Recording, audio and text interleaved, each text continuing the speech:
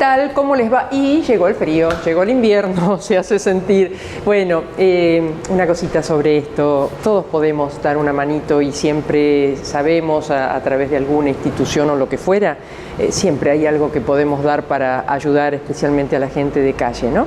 Bueno, dicho esto, creo que hoy, según nuestra productora Liliana Dal Bosco, el programa se llama Así en la tierra como en el cielo.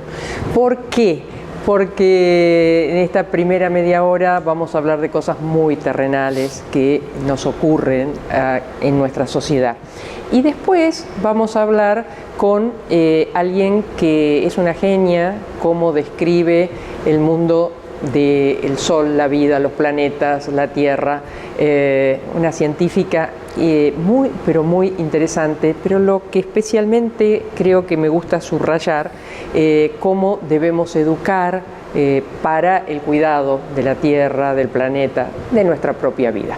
Bueno, saben que me viste Aileen Cove de Dorrego 911 con su WhatsApp 341-542-8348. Qué belleza todo esto. Luciendo una polera de algodón agroecológico sobre remerón reversible bordado a mano por la artista textil rosarina María Blanco. Hermosísimo. Bellísimo, sí. Bueno, sí, sí. Y su cabecita. Mi cabecita por fuera. Cecilia y Patricia 341-635-0863. ¿Qué te parece, Marcos, si presentamos a nuestros primeros invitados?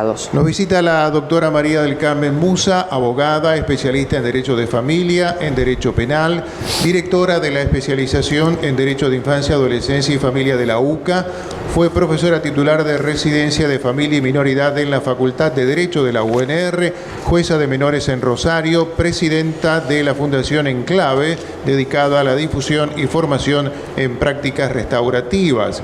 En el congreso que se va a realizar 28 y 29 de junio en el campus de la UCA, aquí en Rosario, Pellegrini 3314, sobre adicciones, respuestas comunitarias, participa del panel 6 sobre adicciones y justicia, justicia restaurativa. Junto a ella el licenciado Horacio Tavares, psicólogo social, director del Centro Comunitario de Salud Mental, Vínculo, institución civil sin fines de lucro, desde el 89 al servicio de la salud comunitaria, realizando acciones preventivas y tratamiento para sujetos con problemas por uso indebido de sustancias psicoactivas. Estudioso de la violencia urbana atada a la presencia de bandas vinculadas al narcotráfico en los barrios. Sus libros son sobre consumos y violencias, drogas, debates sobre políticas públicas, consumidores y drogas, la escuela en la encrucijada entre droga y violencia. Junto a otros escritores participó del libro Ni un pibe menos por la droga. En este congreso mencionado, junto a Betina Zubeldía, presidenta de la Asociación Civil Madres Territoriales contra las Adicciones, hablará y estará en el cierre y haciendo las conclusiones del mismo. Bienvenidos. Gracias, gracias a ambos. Y bueno, como se estaba mostrando, pero no quería mostrarlo enterito. Ahí está bien, Ale. Este es, ahora me gustó más, sobre narcos, consumo y violencias. El libro que estamos presentando en primicia, al menos la tapa. ¿Cómo le va? ¿Cómo anda? ¿Bien? Uy, bien, ¿cuántos libros que ha escrito solo y en compañía? Bueno, yo tengo 6 libros que he escrito solo, sí, más 4 libros que he escrito en colaboraciones. Claro. En total 10 libros y tengo en carpeta algún que otro. Sí, en papeles tengo 2 libros más.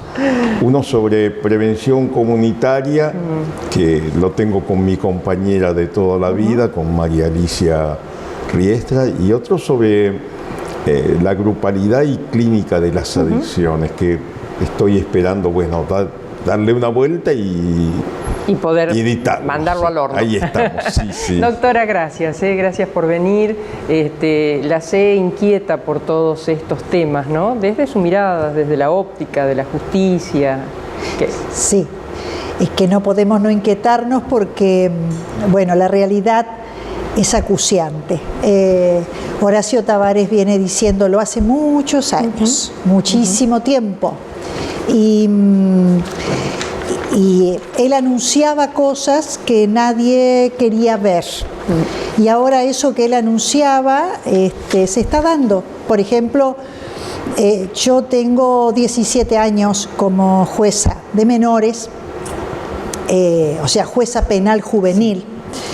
Y nunca pensé que iba a haber a muchachos de 16, 17 años, hijos de madres adictas. Claro. Y O sea, viene una nueva generación en la adicción. hoy decía en la presentación, en una audiencia pública que hubo por un anteproyecto de ley para prevención y tratamiento de las adicciones y los consumos, lo decía Fabián Belay, que estamos en la tercera generación de adictos y en algunos casos la cuarta generación. Y la gran dificultad que eso nos plantea y el gran desafío es que no hay adulto. No hay adulto de quien poder asirse. Yo trabajo con niños, adolescentes, pero según la convención, bueno, son niños. Y el niño necesita, la cría humana necesita de una figura de apego. Y esa figura de apego, lo esperable es que se dé en la familia, en su familia. Y si no es en la familia nuclear, en la familia ampliada. Pero tenemos familias muy diezmadas que no pueden ejercer ese rol de apego seguro, sensible y disponible porque están muy estragados. Ellos, no solamente por la miseria, que es grande, sino por el consumo. Y entonces, que es muy grande también. Claro. Que es un consumo que se explica de muchas maneras, es decir, cuando la vida es tan miserable, cuando cuesta tanto hacerse de un elemento de abrigo por el frío, un día de frío como hoy, cuando cuesta tanto comer, la manera de sobrellevar esa vida, de no matarse, para muchos es el consumo. Amén de que vivimos en una cultura que no problematiza el consumo de ningún tipo. El consumo, no solamente acá, el doctor es especialista en drogas, en adicciones de sustancias, sí. Pero hay otras adicciones como el juego de azar, las apuestas. Que viene creciendo mucho en su terreno, doctora. Viene creciendo muchísimo. En la adolescencia. Pero hoy decía, por ejemplo, Fabián Belay, que ese es un consumo que se visibiliza, se debate sobre el tema. Claro. En cambio, sobre el consumo de drogas, no. ¿Por los intereses? ¿Será? Porque en realidad es un tema que nos involucra a todos. Claro. Nos involucra a todos en el sentido de que todos, de todas las clases sociales, consumimos. Claro. Consumimos sustancias legales e ilegales. Claro. Incluso no se quiso poner el énfasis que había que poner en el consumo de drogas porque hubo alguien que diseñó una política pública que dijo, bueno, pero ¿quién puede tirar la primera piedra si todos consumimos algo? Entonces, como todos consumimos algo, sigamos consumiendo ese algo sin medir las implicancias que ese consumo puede tener en los más chicos, en los más vulnerables, en los pequeños, claro, en los niños. Claro. Cuando usted comenzó, hace un rato fuera de cámara queríamos hacer memoria los dos, pero yo recuerdo haberlo entrevistado allá por los 90, por lo menos, ¿verdad? Sí, nosotros empezamos a trabajar en este tema con María Alicia en Empalme Graneros, allá por los años 85. Antes. A la sazón, María Alicia era directora de la Escuela 251 y yo era docente de la misma escuela. Además, veníamos trabajando con la Escuela de Psicología Social y en aquel momento lo que empezamos a detectar eran los consumos de alcohol. Es decir, cuando empezamos a trabajar con los alumnos y hacer prevención, empezaba a aparecer el consumo de alcohol y violencia familiar. Cuestión. Mientras tanto, la marihuana recién empezaba a caminar por el barrio y la cocaína era nada más restringida a pequeños grupos. En los 90, 90 y pico hay una gran explosión. ¿El Paco aparece en los 90 o el Paco aparece en los 90 o después? No, vea, el Paco sabe que es una cuestión aparte, porque el Paco es una sustancia que es producto del proceso de elaboración del clorhidrato de cocaína. Es el residuo de lo que queda. Sí. Entonces siempre ha habido Paco. Lo que pasa que después se lo empezó a comercializar. Y a meterle cualquier otra, sobre qué es basura, pero tiene más que ver tiene que ver con eso. Y en los 90, ahí ocurre un hecho donde hay las condiciones de orden social y económico de aquella época determinan de que haya un sector importante de trabajadores que quedan fuera del trabajo. En Palme Granero, donde nosotros trabajamos, llegó a tener un índice de desocupaciones del 20 y pico % y de subocupación del 25%, casi el 50% de la población quedaba fuera. Y fíjese una cuestión, se produce en los hogares, particularmente los hombres que quedan fuera del proceso productivo, algo que en aquel momento nosotros llamamos deflación libidinal. La persona, digamos, se impugnaba. Claro. Entonces los padres quedan reducidos, muy golpeados por eso. Las madres tienen que salir a trabajar en el servicio doméstico y por lo tanto queda una población de pibes que empiezan, digamos, ¿vieron los pibes que van al kiosco, al boliche? Que no tienen el control, esto que usted, doctora, llamaba las figuras tutelares necesarias, desaparecen porque las condiciones económicas y sociales habían determinado una caída de la función paterna. Sin madres en contención, es decir, cómo los procesos sociales golpean los grupos familiares y producen una situación de ruptura. Y particularmente los que están pagando esto, lamentablemente son los chicos. Ahí empieza a dispararse el consumo. El padre Velay, con el que converso cada tanto, me decía, o sea, ellos tienen detectados como chicos que comienzan en el consumo a los 8 años. Sí. Tal vez, doctora, sean los que no tienen apego alguno. Sí, son esos casos que duelen, porque, estoy pensando en el Chaparrito. El Chaparrito fue muerto en enero. Sí. Y cuando uno recuerdo a su docente, lo que lloraba y lo que escribió sobre el Chaparrito. Estamos hablando del mismo caso, ¿no? Sí, no sé exactamente si el mismo, pero en realidad las historias son como muy calcadas. El Chaparrito me acuerdo porque él y su primo está preso, cometían delitos de bagatela y en realidad lo hacían para poder comer. Pero claro, mamás con una discapacidad severa, ellos teniendo así un amor ciego por esa mamá a la que ellos sienten que las tienen que cuidar, son ellos los que le tienen que dar de comer. Sí. Padres varones que no existen, que no están.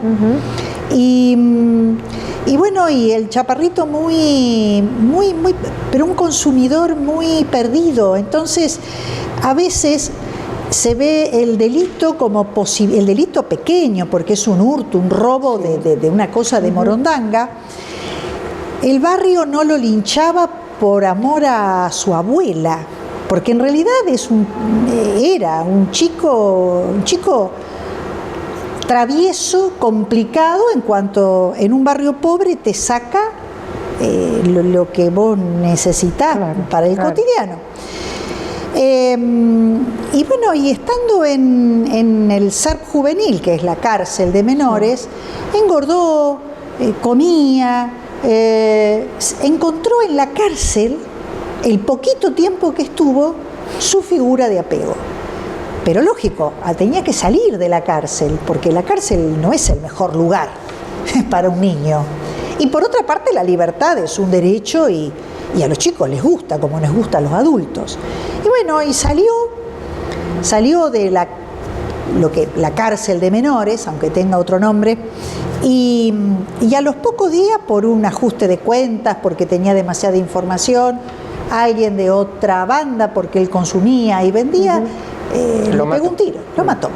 Sí, y lo paradójico es cuando uno se entera que lo mataron, es un sentimiento de dolor, pero era una muerte anunciada y esperada. Entonces uno se consuela diciendo, por lo menos me pasa a mí, bueno, no sufrió, porque fue un tiro letal y cayó desplomado, muerto. Doctora, usted lo trataba, obviamente, ha pasado varias veces, supongo, por su juzgado. Sí, tantas veces no, por cuanto como los delitos eran pequeños, pero son chicos que empiezan a delinquir con 11 años, con 12. Entonces, es punible recién a partir de los 16. Sí.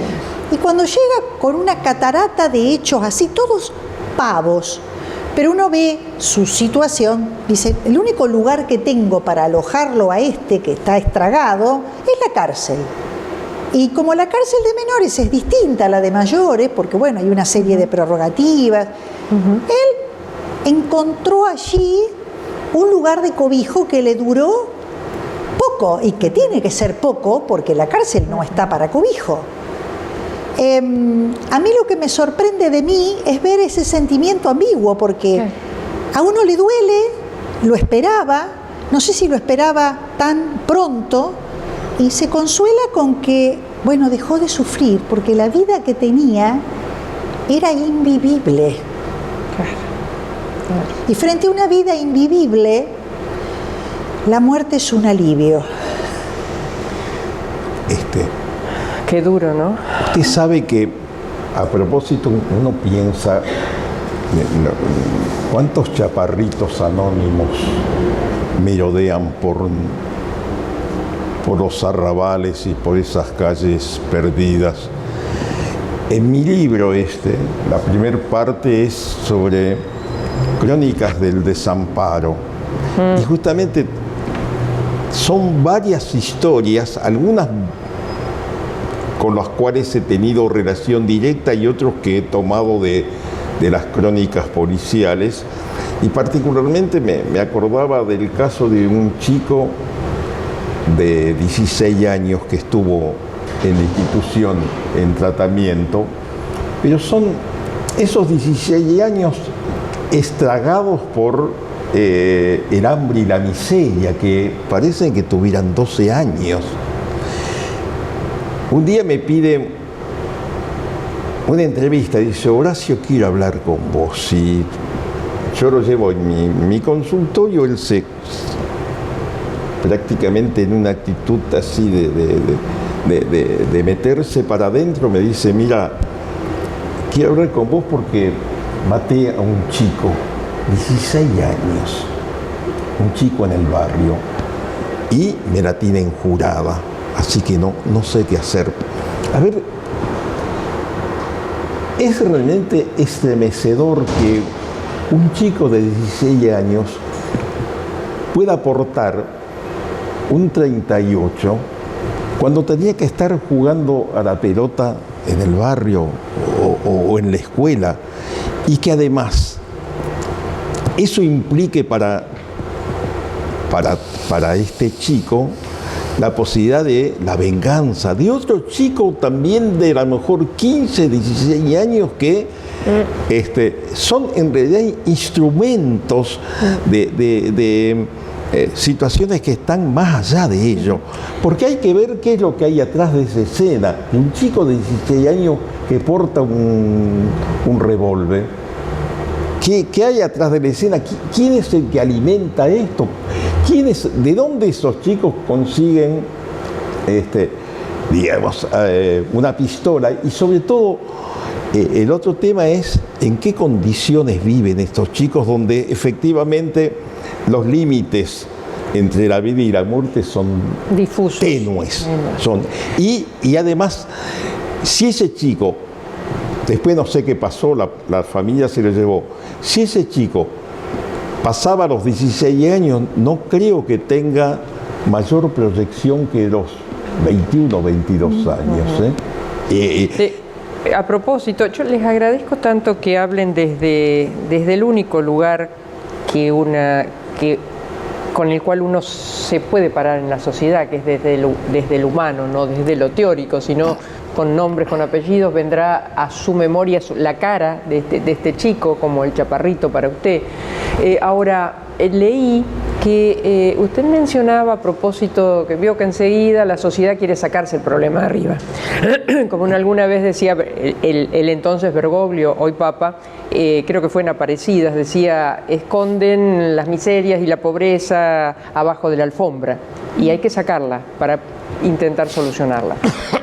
Yo leí que usted hablaba a propósito de la baja edad, de la imputabilidad, es decir, tal vez habría que bajar por, creo que dijo, 5 años, pero después volver a subirla. ¿Por qué, doctora? Porque bajar la edad de punibilidad nos calma. En realidad, ¿qué significa? Que como cada vez vemos chicos más pequeños en el delito, bueno, los encerramos y nos calma, los sacamos de circulación. Después hay que ver dónde se los pone, porque la única cárcel para menores de edad donde hay chicos en prisión preventiva tiene una capacidad de 40, 45 chicos. Cuando cumplen los 18 años, inmediatamente se los está pasando a la cárcel de adultos porque no hay lugar. Si vamos a bajar la edad de punibilidad, van a ser más la cantidad de presos y no hay lugar donde ponerlos. Yo digo, no podemos por compromisos internacionales bajar la edad de punibilidad, porque el Comité de los Derechos del Niño, en la última observación general referida al tema de la justicia penal, el sistema de justicia penal, el niño en ese sistema, año 2019, establece que la edad que se podría permitir como edad de punibilidad serían los 14 años. Y le pide a los estados que tienen, como la República Argentina, una edad mayor a los 14, en el caso nuestro es 16, que no se baje. Porque se ve que el niño que es alcanzado por el sistema penal puro y duro, en realidad es contraproducente, es iatrogénico, decimos. Es decir, no saca nada nuevo del sistema penal. Entonces hay un principio de no regresividad en materia de derechos humanos. Pero bueno, dada la situación, dado este estado de crisis, esta sensación que es muy legítima, no es inventada, no es un relato, la sensación de inseguridad, de zozobra que tenemos todos y que algo hay que hacer en virtud de que cada vez son tomados más niños como mano de obra fácil. Bueno, hay que bajar la edad, bajemos la edad, pero con el compromiso de volver a tomar los 16 años en un corto plazo. Porque, en definitiva, si uno baja la edad y se conforma con eso, dentro de 3 años, de 4, vamos a estar diciendo que hay que bajarla a los 10 años. La edad. Doctora, ¿y qué es la justicia? Hay un tema que me parece que es bueno reflexionar sobre esto, porque bajar la edad de imputabilidad de un niño que ha cometido un delito, en realidad es quedar únicamente en el síntoma, porque el niño, una niñez que está en esas condiciones, está denunciando y expresando algo. Es emergente de condiciones sociales, económicas y políticas concretas. A mí me parece que, a propósito del caso de Loan, que está en el tapete, y de la trata de niños, y empieza a surgir en determinadas regiones sectores importantes de la niñez que han sido sustraídas, ¿no es cierto?, a su grupo familiar. Uno tendría que pensar que el Estado tendría que preocuparse más por preservar y cuidar a la niñez Sí. y no criminalizarla. Entonces, cuando uno estudia, y es bueno que lo podamos hacer, cómo se producen este tipo de niños que son excluidos, desamparados y en situaciones de, no solamente desamparo material, eso es lo que planteaba acá la doctora, sin apego, el desamparo afectivo, Exacto. desamparo Exacto. familiar. ¿Cuáles son las condiciones que generan todo esto? Porque efectivamente, si nosotros, tal como viene la situación, donde un 50 y pico %, casi 60% de pobreza y un 15, 17% de indigencia, con situaciones barriales donde el hambre se siente, y el hambre es realmente un elemento que produce efectos no solamente orgánicos, sino también efectos subjetivos y en la salud mental de las personas. No es que esta generación que ha vivido bajo el hambre, ¿en qué condiciones lo vamos a tener? Entonces, empecemos a bajar la edad. ¿A qué vamos a llegar? ¿A cuna? Para evitar delitos. Si no atacamos corregimos las causas estructurales de fondo, no vamos a resolver lo otro. Y Doctora, además los encerramos, ¿y para qué? Entiendo que hay ¿Y que en dar... dónde? Claro, ¿y en ¿Dónde dónde? y para qué? Porque el encierro solo no cura a nadie. Claro. Ahora, esto no significa que no hay que hacer algo y que no hay que establecer una sanción. Es decir, no puede ser que entre ponerlo preso y dejarlo ahí olvidado y no hacer nada, hay un montón de... Ahí es donde entra la justicia restaurativa. Ahí es donde entra... Porque se me termina el espacio, pero yo quería, aunque sea dejar señalado. La justicia restaurativa no... algunos no la vemos como sustitutiva del proceso penal tradicional. Las Naciones Unidas definen a la justicia restaurativa como una respuesta evolucionada al delito. ¿Por qué? Como respuesta evolucionada porque implica la responsabilización subjetiva del que ha causado un daño, el registrar y darse cuenta que con su conducta ha dañado a otro, y que ese otro no es solamente mi mamá que sufre, mi mamá la está pasando mal. El otro es el otro, el que está pasándola mal, además de la mamá de él, que probablemente la pase mal.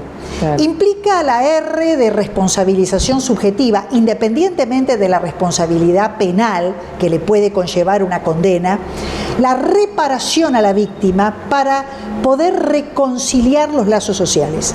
La justicia restaurativa, por ejemplo, a diferencia de la mediación tradicional, cuando hablamos de justicia restaurativa hablamos de una participación de la comunidad. El delito no afecta solamente a la víctima directa. Fíjense cómo estamos en Rosario. El delito nos afecta a todos, y a esta vecina del barrio que no puede ni siquiera tender la ropa en el patio de la casa porque se la levantan, y que no se anima a salir cuando bajó el sol porque no sabe si pasa una moto y despliega balas a troche y moche.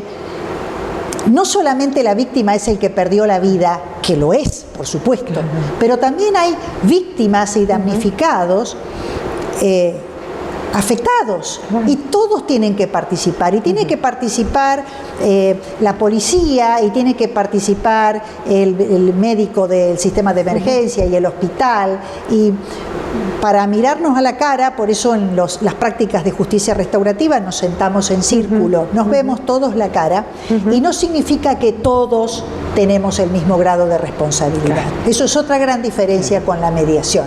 En una mediación las partes están en pie de igualdad, y entonces el mediador procura que las partes hablen y se pongan de acuerdo. Cuando nos sentamos en una reunión restaurativa es porque hemos preparado mucho tiempo antes esa reunión, que no siempre se da, y el que causó el daño va convencido de que causó el daño. No está en igualdad con la víctima. Ese va a mirar a la víctima a la cara y a decirle que lo siente. Tal vez, si no, no va. Tal vez sin esperar hasta que lo perdonen. No. Claro, No, a decir lo que a siente. decir. Con lo cual implica también que la víctima está de acuerdo. Claro. Esto es confidencial, es por supuesto voluntario, hay que prepararlo, no siempre se logra, pero se trabaja mucho en la previa. Créanme que... Eso implica, entre otras cosas, el principio de la puesta de límites para el crecimiento humano. Claro. Puesta de límite que es responsabilidad no solamente del grupo familiar, sino también de la sociedad. Puesta de límites que implica el reconocimiento de los derechos de uno, pero también del otro. La presencia de la alteridad, y que cuando, uno tiene cualquier comportamiento que siempre tiene consecuencias y uno tiene que hacerse cargo de eso, pero para eso tienen que darse condiciones importantes en el grupo social y también en el grupo familiar. A veces el deterioro que tiene el grupo familiar me parece que hace casi muy difícil. Si no hay, como decía la doctora, si no hay apego. Se enseña, es un cambio cultural, es una apuesta. Estas habilidades llamadas blandas, que no lo son, estas destrezas en las que hay que entrenar para la vida en relación, se enseñan, y se enseñan desde la cuna. Y yo siempre veo como, por ejemplo, acá se ha luchado, se ha logrado erradicar fumar en los lugares cerrados. Sí. A través de los niños pequeños. Claro. Cuando uno arranca en el jardín de 3 y es consecuente con eso, lo asume, el niño termina, no sé si convenciendo, pero molestando tanto al padre y a la madre que lo logra. No escucharlo, lo logra. Les pido que tal vez antes de fin de año puedan visitarnos ambos nuevamente para seguir con esto que es apasionante, que por supuesto simplemente hemos puesto sobre la mesa temas que nos preocupan a la sociedad. Eternamente agradecida que hayan venido. Muchas gracias a los dos. Y el libro que se presenta, el del doctor Tavares, este viernes, ¿verdad, doctor? Este viernes a las 5 de la tarde en la Biblioteca Argentina. Gracias, doctora. Un placer. Marcos. Veterinaria Doctores Grande y Robea SRL. La salud y el buen estado de su animal es el objetivo de nuestros profesionales. Atención especializada de equinos deportivos. Ovidio Lago 2190, WhatsApp 341-304-2992. Sindicato Obrero de Estaciones de Servicio, Garajes, Playas y Lavaderos Automáticos de la provincia de Santa Fe. Por la dignidad y superación del trabajador, contra la explotación y la inequidad distributiva. Riobamba 1075. Sindicato del Personal Embarcado de Dragado y Balizamiento. Por la unión de los trabajadores portuarios, marítimos y navales. Joyería y Relojería España, desde 1981 en la tradicional esquina de España y Ceballos. Su tienda online, joyeriahispana.compra-medioonline.com.ar.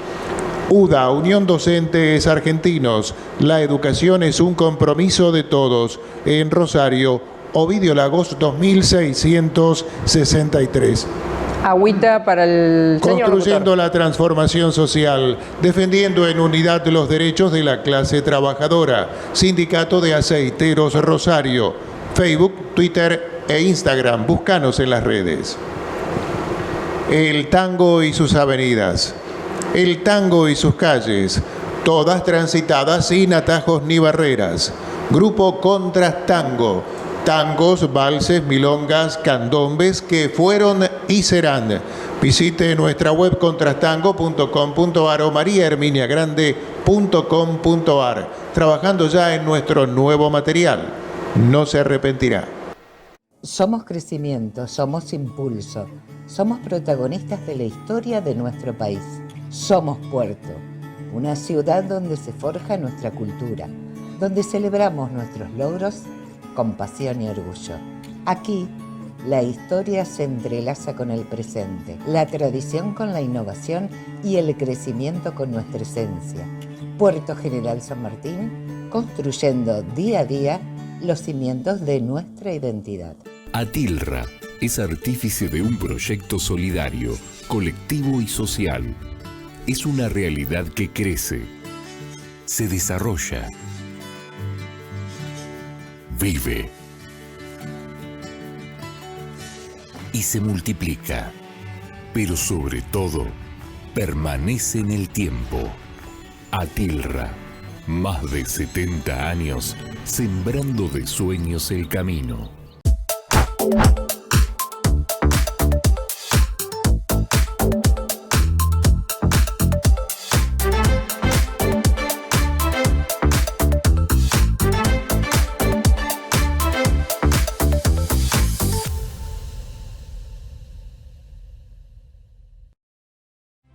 Seguimos planificando y transformando la ciudad. Una ciudad que va cambiando, que crece, que se renueva día a día. Lo soñamos, lo creemos, lo hacemos. Municipio de Villa Constitución. Intendente Jorge Berti. Si sos de acá, de acá, de acá y de acá, y trabajas por acá, paseas, comes, compras acá, cobra tu sueldo en el banco de acá. Banco Santa Fe, acá, para vos. Cuenta la leyenda que todos los rosarinos alguna vez en la vida ingresamos a un local de Sport 78. Rosarino por deporte. Concejales por un día, primera vez al cine y al teatro, alumnos al consejo, promesa de lealtad. Sumate en el consejo, vos y tu escuela son protagonistas. Muy bien, María, nos visita en este segundo bloque del programa la doctora Beatriz García, astrónoma e investigadora del CONICET, miembro de las colaboraciones internacionales en el Observatorio Pierre Auger, estudio de rayos cósmicos de ultra elevada energía, Malargüe, Mendoza, y CUBIC, cosmología observacional en La Puna, Jujuy, expresidenta de la Comisión de Educación y Desarrollo de la Astronomía de la Unión Astronómica Internacional y expresidenta del programa Red de Educación Escolar de Astronomía. Bienvenida. Hola doctora, gracias. Un placer poder estar en contacto con usted. Que bueno, uno de los puntos, ya hemos charlado con la doctora, pero en radio, que me atrajo especialmente de este mundo de los planetas, de la Tierra, del Sol, es educarnos para cuidar lo que es finito, porque lo aprendí de usted. Todo termina, la Tierra termina, el Sol termina, nosotros como humanidad también. ¿Qué tal? ¿Cómo les va? Bien. Gracias por el contacto, muy agradecida. Sí, es así como usted dice, las cosas tienen un origen, el universo se inició hace unos 13.800 millones de años, evolucionó, acá estamos nosotros como consecuencia de esa evolución, y en un futuro que no desconocemos, no sabemos cuándo exactamente va a suceder, pero el universo va a terminar sus días de alguna forma. Puede continuar expandiéndose, pero sin la capacidad de producir nuevas estrellas y mucho menos vida. Así que desde el punto de vista general podemos decir que se va a transformar en un lugar sin posibilidades de evolución más allá de agrandar el espacio-tiempo. Y nosotros, bueno, mucho antes que el universo llegue a algún final, algún escenario posible de los que tenemos en carpeta, nosotros mucho antes vamos a terminar nuestra existencia, porque inclusive la Tierra tiene sus días contados y va a terminar antes que la estrella, es decir, el Sol tiene todavía unos 5.000 millones de años para seguir transformando hidrógeno en helio, pero la Tierra es un mundo muy pequeño que tiene un equilibrio muy frágil y que con algunos miles de años más va a dejar de poder mantener la vida como la conocemos, entonces se va a transformar en un mundo entre comillas muerto en el sentido de la existencia de vida, ¿no? Algo así como Marte. Bueno, es el destino. ¿Qué va a ser? Uno lo tiene que aceptar como se presenta. Y en esto de educar, ¿no? Recién los invitados anteriores hablaban de otra cosa, ¿no? De educar, porque decíamos que temas terrenales y temas del mundo, del sol, de la tierra, pero en definitiva todo se trata de educar para tal vez vivir mejor, tal vez extender un poco más la pervivencia de la humanidad o en mejores condiciones, ¿no? Sí, estoy totalmente de acuerdo que la función de los seres humanos aquí en la Tierra es educar y aprender. Y el tema es qué hacemos con esa educación y con ese aprendizaje, si realmente lo llevamos a la práctica o no. Muchas veces tironeados por diversos intereses que no son los intereses de la especie humana.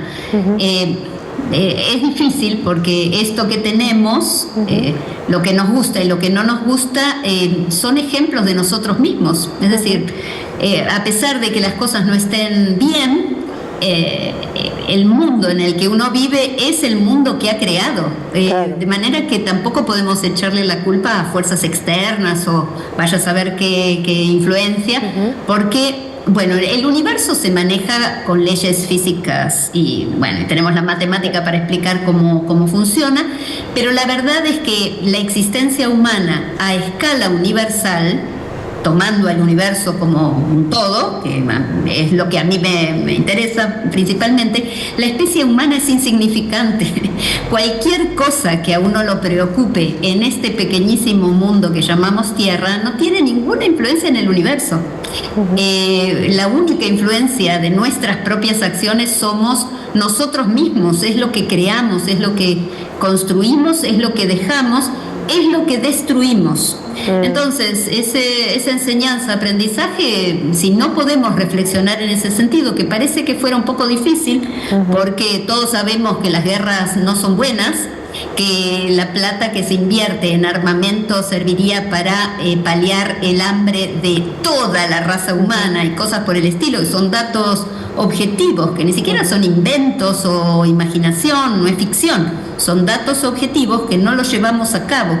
Entonces es difícil saber cuál es, cómo reacciona el ser humano frente a la educación que evidentemente recibe en diversos niveles, y luego qué hace con eso que podemos llamar aprendizaje. Si realmente lo usa para, como ustedes decían muy bien, prolongar un poco la vida, porque es cierto que el planeta tiene sus días contados, simplemente porque es un mundo vivo, pero los seres humanos somos catalizadores de fenómenos que podrían ir más despacito.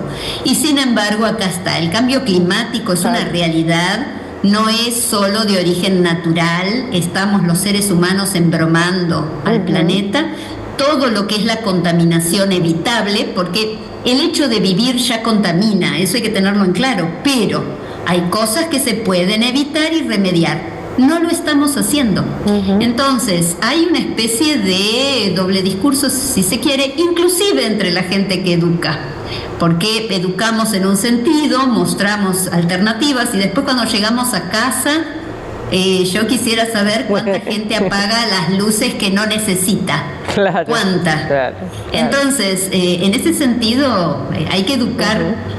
No digo con el ejemplo, porque la verdad que con el ejemplo hay tantos ejemplos en el planeta y sin embargo, bueno, hacemos otra cosa. Hay que tratar de empezar por cambiar las actitudes personales, más allá de educar con el ejemplo, no hablemos de eso. Uno tiene claro qué es lo que pasa, o bastante claro, la educación da las herramientas para que uno se transforme en un ciudadano con capacidad de autocrítica y de crítica hacia afuera. Bueno, hay que usar esas herramientas para modificar actitudes personales. Doctora, ¿pudo pasar que Marte haya tenido allá en los miles y miles y miles de años antes, por ejemplo, una gente como nosotros o algo así, y después pasó que murió como algún día va a morir la Tierra? Gente no, es decir, seres complejos como nosotros, porque nosotros somos nosotros y todas las formas de vida en la Tierra, los árboles, los animales, son formas complejas de vida, no son bacterias, no son esporas, no, somos seres complejos. Y a medida que se escala en las especies, bueno, la complejidad aumenta y probablemente el cerebro humano sea la organización de materia más compleja que nosotros conocemos. Claro. Eso en Marte no se dio. En Marte puede haber habido vida en el pasado, es lo que estamos buscando, pero de encontrar huellas de vida del pasado va a ser vida primitiva. Es interesante buscarla porque aquí en la Tierra no la vamos a encontrar. La Tierra es un mundo evolucionado completamente.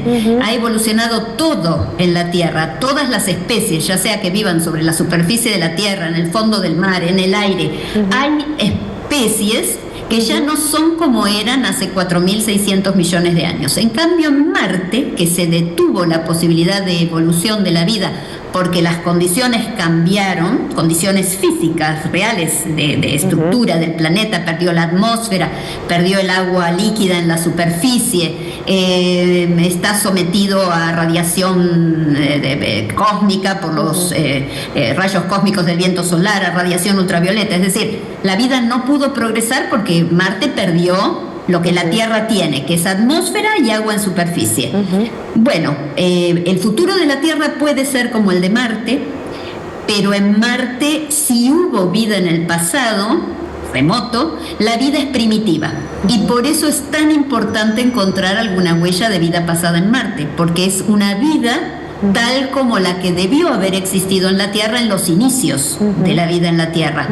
Solo que por ahora no la hemos encontrado. Ahora, el futuro de la Tierra puede ser lo que vemos hoy en Marte. La Tierra también va a perder la atmósfera, va a perder el campo magnético, que es lo que nos protege del viento solar.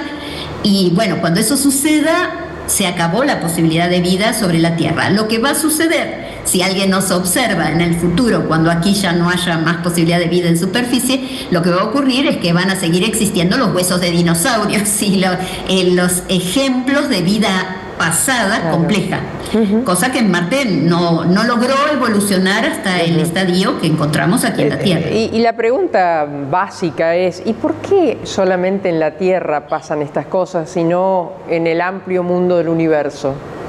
Si nosotros tuviéramos esa respuesta sería maravilloso, pero no sabemos por qué, cuándo, cómo apareció la vida en la Tierra. No hay respuesta para esas preguntas todavía. Hay alguna gente que dice que es puro azar. La verdad es que la materia está hecha toda de lo mismo. Los cuerpos de los seres vivos están hechos del mismo material, de la nube de material interestelar de la que se formó el sistema solar. Claro. Es decir, no aparecieron nuevos elementos químicos, estaban todos allí.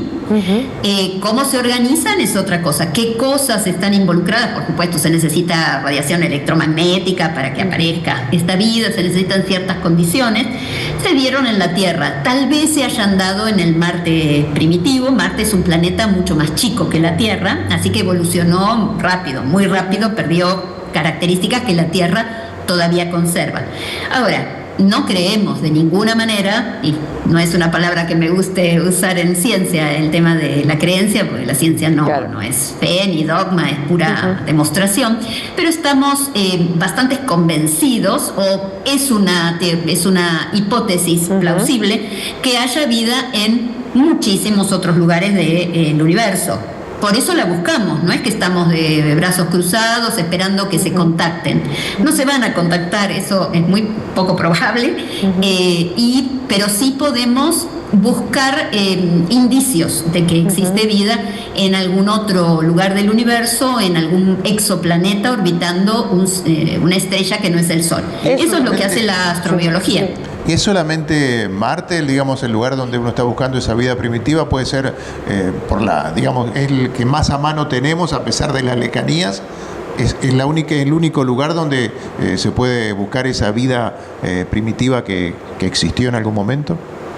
No, hay otros ambientes que podrían mostrar formas de vida distintas, tal vez hayan evolucionado. El tema es que Marte se detuvo en el tiempo. Marte es una especie de parque jurásico, ¿no? En vez de tener dinosaurios va a tener bacterias o células primitivas. Por eso es interesante Marte en ese sentido. Ahora, la vida se puede haber dado en otros ambientes. Por ejemplo, en un ambiente como el ambiente de Europa, una de las lunas gigantes de Júpiter, o Titán, en donde hay un ciclo completo del metano. En Titán hay lagos de metano, es decir, de hidrocarburos, está lleno de hidrocarburos, metano en estado líquido, sólido, gaseoso.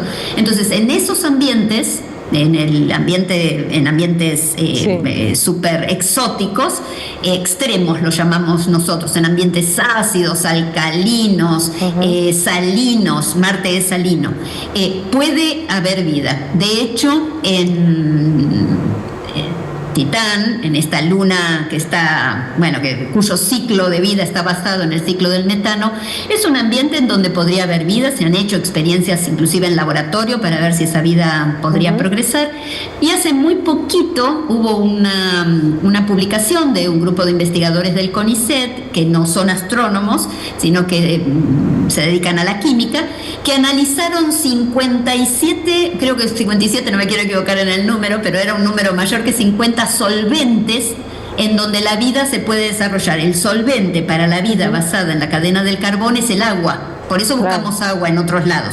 Pero sabemos que hay vida que puede haber sido o estado conectada con otros ambientes, y uno de los ambientes en donde la vida podría progresar es en aquellos en donde el solvente sean hidrocarburos.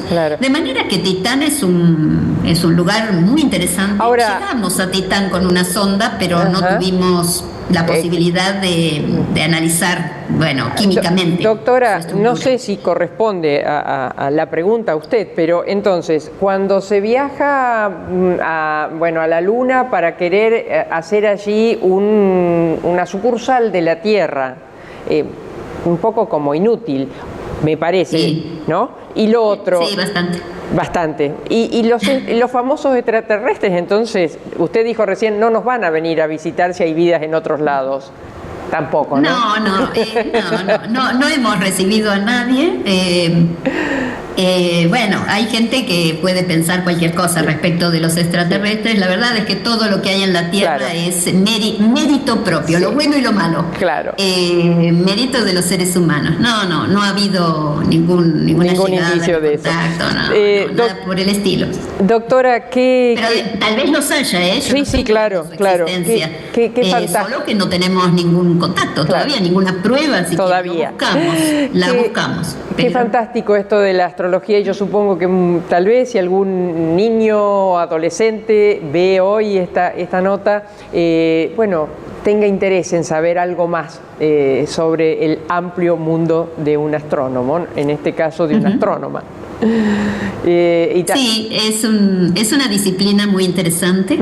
Como ven, es abarcadora, es inter y multidisciplinaria. Hoy en día en astronomía hay gente que viene de una formación en química, en geología, en biología, no solo física y matemática, porque lo que es la astrobiología, no somos los astrónomos los que llevamos principalmente adelante los proyectos. Nosotros tratamos de detectar exoplanetas que tengan ambientes aptos para la vida. Eso sí lo hace la astronomía, pero después todo lo que son los fenómenos fotoquímicos, la interacción de la luz con la atmósfera de esos exoplanetas, está en el mundo más de la química y de la biología. Doctora, por último, no quiero dejar pasar antes de agradecerle su tiempo, que muchas cosas que hoy tenemos, como esto que estamos hablando con usted, todos los teléfonos, la televisión, los satelital, todo tiene que ver inicialmente con trabajo, experiencia, búsqueda de la astronomía, ¿verdad? Sí, hay una enorme cantidad, una lista larga de productos tecnológicos que son consecuencia de las necesidades de la astronomía, entre ellos las comunicaciones, por supuesto. Si uno quiere poner un telescopio en el espacio, tiene que poder recuperar los datos vía inalámbrica, por microondas, con comunicaciones. Y no solo las comunicaciones, todo lo que es medicina por imágenes, fotografía digital, procesamiento de imágenes, el Photoshop, famoso, eso es consecuencia de trabajos en ciencias. En el caso del Internet, el Internet o la World Wide Web es una creación de físicos del CERN, del Laboratorio de Investigaciones Nucleares francés, europeo, ¿no? Sí. Allí donde está el gran colisionador de hadrones.